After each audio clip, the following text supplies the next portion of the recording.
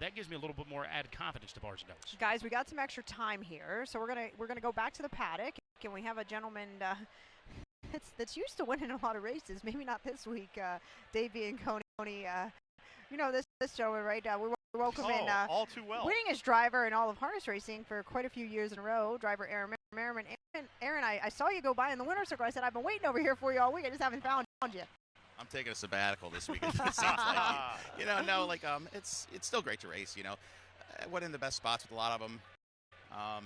My man, it seems like he's had a little bit of a down year. I don't know if it's a down year. I think a lot of people had really nice horses. So getting checks and putting them in the right spots, and that's all you can do. We're giving you a hard time, but you're coming up on another milestone, 17,000. What do you think?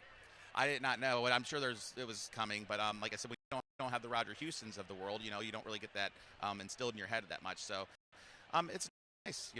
Hopefully I get it tomorrow. Well, I definitely don't think you're going to get it today, my friend. But you're still having a really good year, and it just seems to be continuing. But we ask you this every year, don't we, guys? When are we going to slow down? I feel like I have a little bit. Like I do feel like I have a little bit, but like I'm slowing down, like physically maybe. I feel like I have slowed down some. I'm on pace for less starts than last year. Like I've strategically taken some days off. Yeah, I was gonna say Aaron will take the occasional. Yeah. Thank you, Dave. Really? That's impressive. In his defense. Yeah. Like yesterday, I only drove a couple here yesterday. I said nothing late, and I took last night off at Northfield. I probably had some slam dunks I missed, but I need some time. So Aaron, the only guy now at Northfield that doesn't take any days off is Dave Bianconi. Right. Oh, Dave never takes a day off. Always on call. So we're so glad you came on because Dave's over here just beating up our Browns. Just he's over it. He's done. So he's jumping Aaron. ship. Jumping ship. I don't know if you can jump ship. I mean, I'm not jumping ship. I'm just. It's very it's very disturbing. We're gonna call it disturbing. The first week I was like watching in a little pizza shop and I'm like, oh my God, I'm going like nuts. There's like no one in there and I'm like going crazy. This poor kicker, who I was looking for his address online and stuff. Like, I mean, I was pretty upset. But he's a rookie, and I said if he would have missed a 50-something yard, I'd have been happy. But I mean, we lost that game. Like, they didn't win. We lost that game. That's the kind of things that upset you. And like, it's like a defeated horse. The next week you go in, then you're in a little bit tougher, and you see what happens. You're kind of a little bit you're beat down and defeated, and you don't have a bounce back performance. Guys, I've just come to the conclusion we still have the Cavs.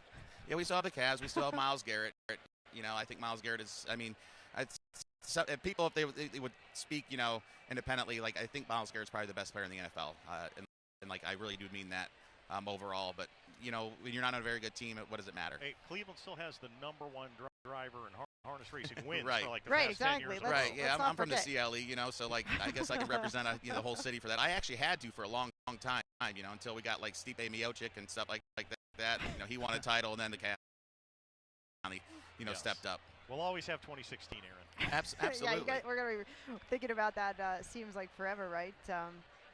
I don't know. Aaron, the one thing I do want to get back to race.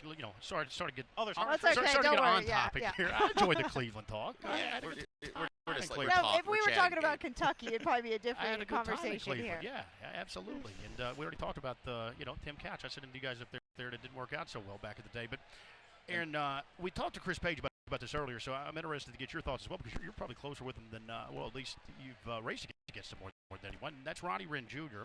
I know you guys, have quite the rivalry from your days in Northfield Park, going 1-2 the driver standings, and you've went at it many times, many nights. But I know that you Ohio guys tend to stick together, and Ronnie's got obviously a big favorite there today, the Jug.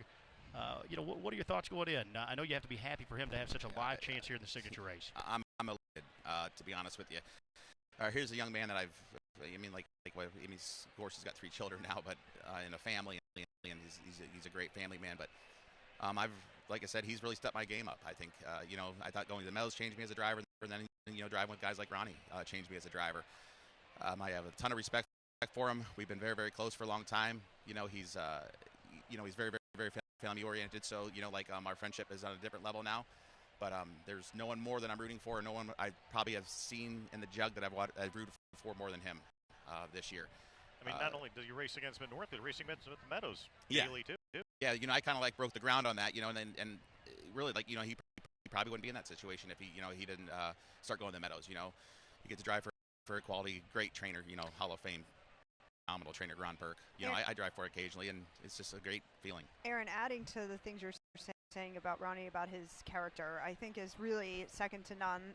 And to see him, the interviews I've been privileged to do with him over the last couple of years, the emotion is real, and he's just a genuinely good guy, and it's cool that he's super cool. Today, I talked to him a couple times this week and met him, did the interview there in the winner's circle, and he's ready to go. I think this is his day. Yeah, I hope it is. He is super cool. He's got to race against me every day. Maybe I'm not everybody's favorite or everybody's not favorite, but I'm somebody that's I'm there every day. You know what I mean? And you're gonna get my effort every day. And so he's got to race against that. He raced a guy Dave Palone.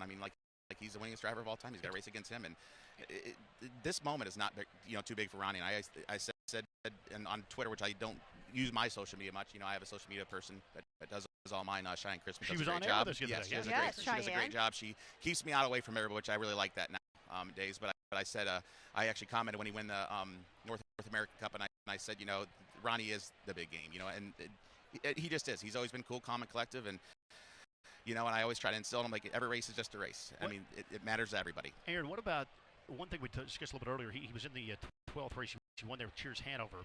Now he's got to sit out 12, 13, 14, right. 15. You've done a lot of traveling. You've driven some stakes, on some big cards.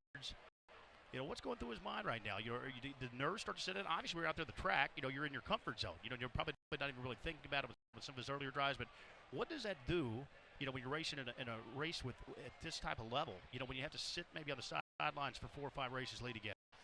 I think it does do a little something. Only if you have a good horse.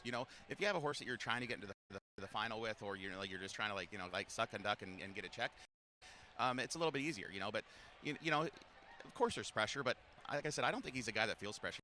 And I think he's driving for a guy that he trusts his drivers.